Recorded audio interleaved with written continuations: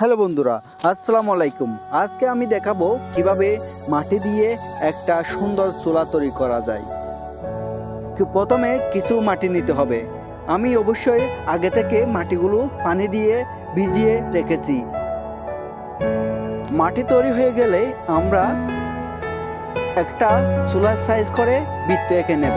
তারপর আমরা দরজা রাখার জন্য একটা ইট অথবা দরজার সাইজ করে একটা যে কোনো জিনিস দিলে হবে। তারপর বৃত্তের চতুর্পাশে আমরা মাটিগুলো দেব, এমনভাবে দেব ওয়ালের মতো করে সাজিয়ে দেব। আমি কিভাবে দিচ্ছি ভিডিওতে দেখেন। ওয়ালগুলো তৈরি হয়ে গেলে এবার পানির সাহায্যে আস্তে আস্তে ওয়ালগুলো মুছে দিই।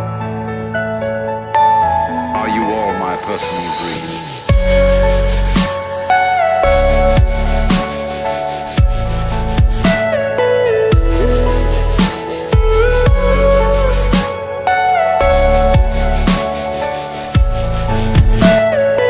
Everything you know is in your mind.